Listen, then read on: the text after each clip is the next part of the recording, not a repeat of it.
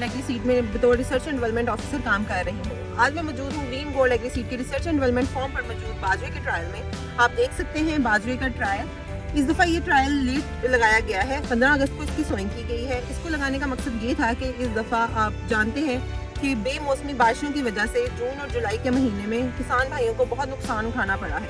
तो इस ट्रायल को लगाने का मकसद ये था कि हम देखें कि अगर पछेता ट्रायल लगाया जाए तो उसकी ग्रोथ कैसी होती है और वो कैसे परफॉर्म करता है। ये ट्रायल 15 अगस्त को लगाया गया था और अभी तक इसको 64 दिन पूरे हो चुके हैं और आप देख सकते हैं कि ये ट्रायल जो है अब ग्रेन फिलिंग स्टेज पे है। क्रॉप उसके ऑप्टिमम ग्रोइंग पीरियड के बाद लगाया जाता है तो मौसमी तब्दीलियों की वजह से उसमें कोई ना कोई मॉर्फोलॉजिकल ट्रेट्स पे इफेक्ट आ जाता है। अगर मैं बाजरे की बात करूँ तो इसमें उसने प्लांट हाइट मीडियम अटेन की है, लेकिन अगर मैं पेनिकल की बात करूँ तो पेनिकल का साइज और डायमीटर ऑप्टिमम अटेन किया है।